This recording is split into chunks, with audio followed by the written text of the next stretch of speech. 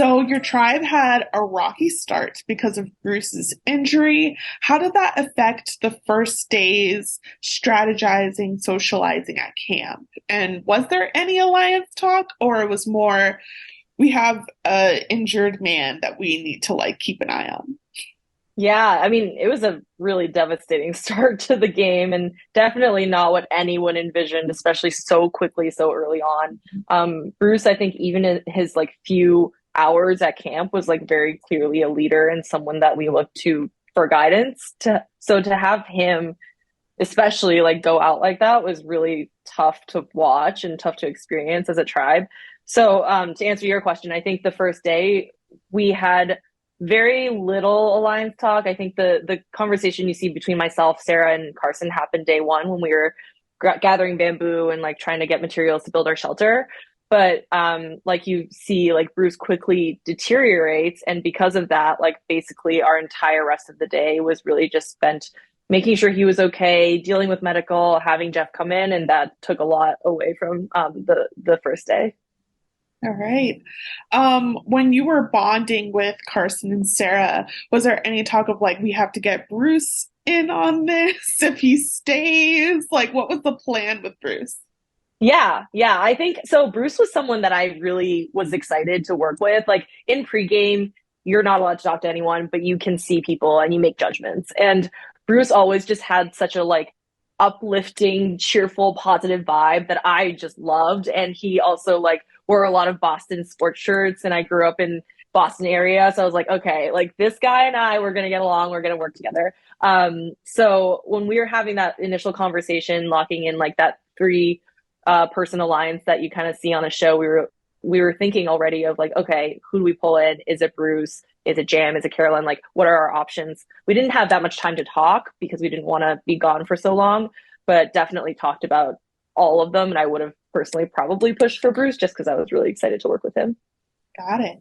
We see Carson talk a lot about preparing for the show, 3D printing these puzzles.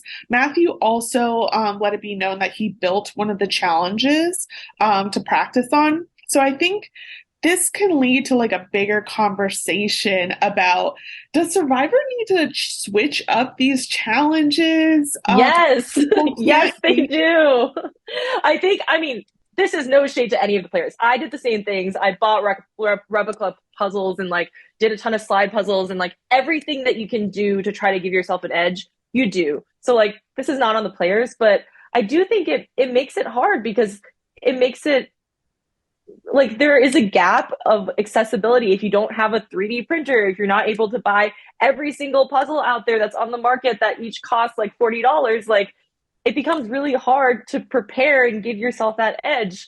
Like the snake puzzle, my boyfriend was joking as we were watching it. He was like, if you tried to build that in our tiny SF apartment, I would have said, get the hell out of here. Like, no way. So yes, like more original puzzles. I think that puts things on a very much more even playing field, just in terms of like getting people to actually adapt rather than just memorize everything that's happened in the last 20 years. Sarah said that your tribe had to reevaluate on how to succeed without Bruce because he was a leader. So what was the new game plan?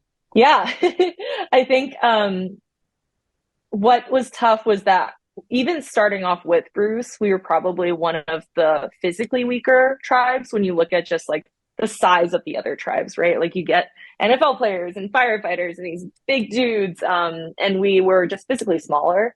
And then to lose Bruce so quickly early on, and he was probably one of our stronger tribe mates as well, it just makes it really tough, and like kind of discouraging because you're like, I know what's coming. I've seen these challenges before. I know there's probably going to be a massive chest or a huge snake or something that we need to lift.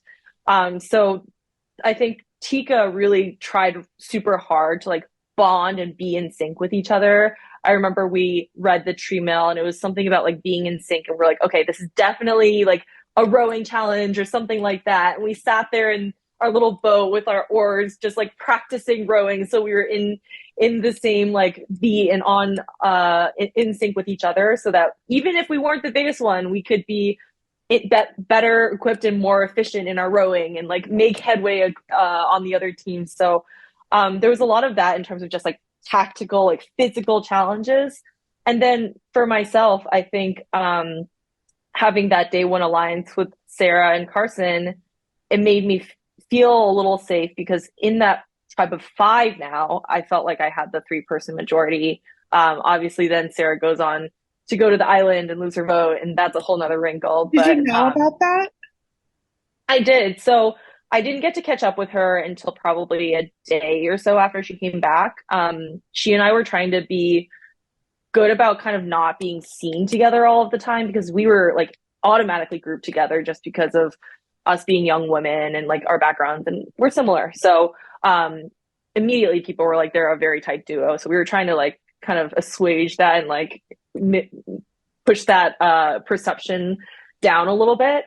So she and I caught up probably like nighttime of day three or something like that. And she told me like this is what actually happened. It was this grab bag, and then you could get another advantage. She didn't tell me about the advantage, so no one knew about her advantage, but I did know that she didn't have her vote, and so did Carson. All right, good to know. Carolyn did approach you because she noticed people weren't really talking to her. She said she knows that she's usually the weird one in a group setting.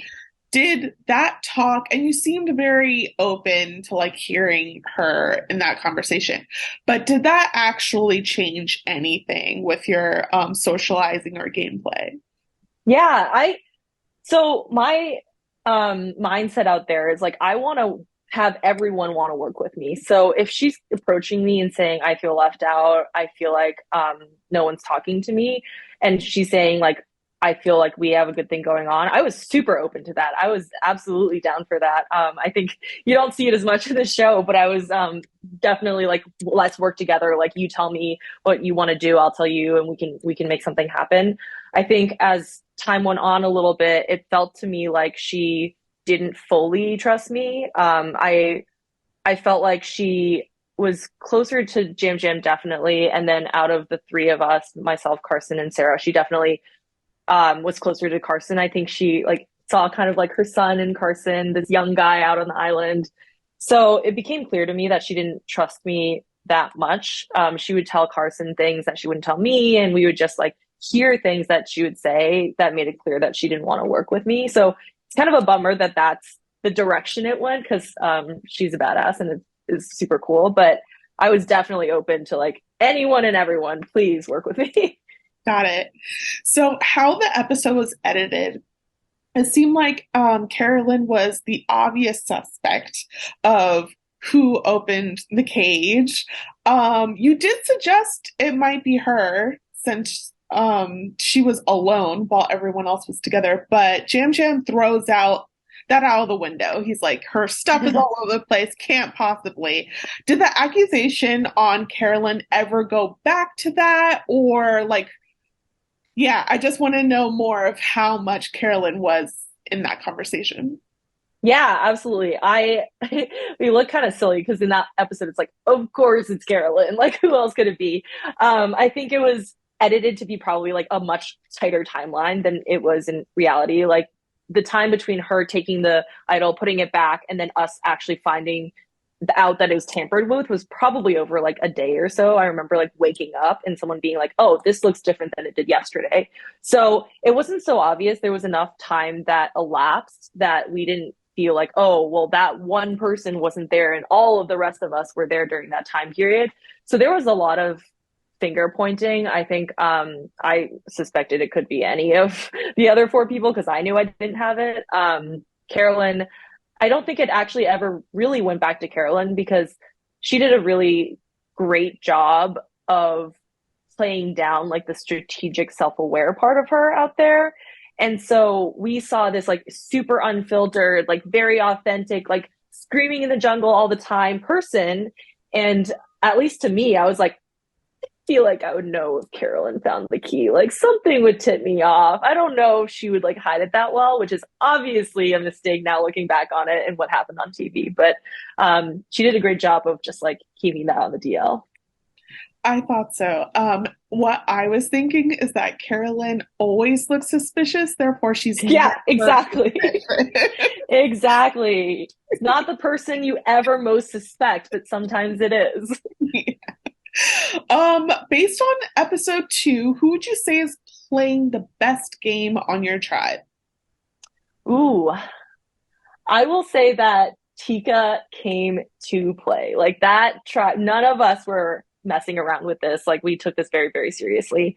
I think obviously I you see this like mini alliance of like Jam, Carson, and Carolyn in episode 2, and I think they all there's like an argument for all of them. Carson, I'll maybe talk about really every single person that's on my tribe, but like Carson did a really good job of kind of playing down his strategy part, and he seemed more timid and like unsure of himself. Only 20 years old at that point, so he did do a great job of like kind of playing down how strategic and how much of a threat he was. I think Carolyn, like I mentioned, like she just has this like super easy to underestimate like shield and exterior where you're like, okay, like she's not really like doing that much, but under the surface, she absolutely is. So she's in a great position because she just has that going for her. Jam is like extremely, extremely perceptive, and he has a really good knack of like kind of putting people on the spot in a way where you're like, oh, I don't know how to answer that. And then he can read you really quickly from that. And then for Sarah, I think like she and I are really similar. We think about the game in a really similar way. And she's someone who like is so personable, so likable that like you spend a few hours with her and you're like, I want to be your best friend and I want you to be around. And I think that aspect for her is like definitely like almost an underestimated part of her game because she is like such a social threat and she has that OP inheritance advantage. So I think she's got a lot of inroads, even if it might seem like she's not on the end of that 3-person like alliance. That's true. Do you know if Sarah made any headway with Jam Jam with Carson? Well, Carson, I know he was like the middleman, so yes. Yeah. But then also Carolyn, because right now it's not looking so great for her.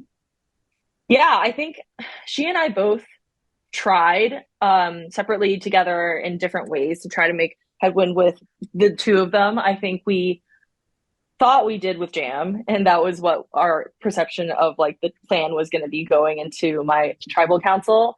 I think with Carolyn, she was maybe a little bit more hands off with us, and as a result, we probably were the same to her. No fault to her, of course. Like I remember there was this one day where I think Jam and Carson were like collecting wood or something like that, and the three of us were there, and we're just like, so should we do a girls alliance? But it felt very much like no one believed that that was actually happening.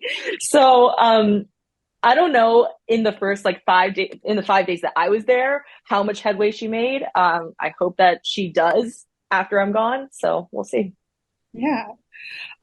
It does, speaking of the women, and yes, Bruce got taken out. Now that you've watched the episode, you see one tribe was very ready to take out their biggest man as well. How does it feel to watch like the whole keep the tribe strong? And usually that's only mean physically, and usually it means a woman's getting taken out. That doesn't seem to be the case with your cast. It's accidentally happening, but like we're seeing the women strategize a lot to be like, it's so much more beneficial to take out a man first.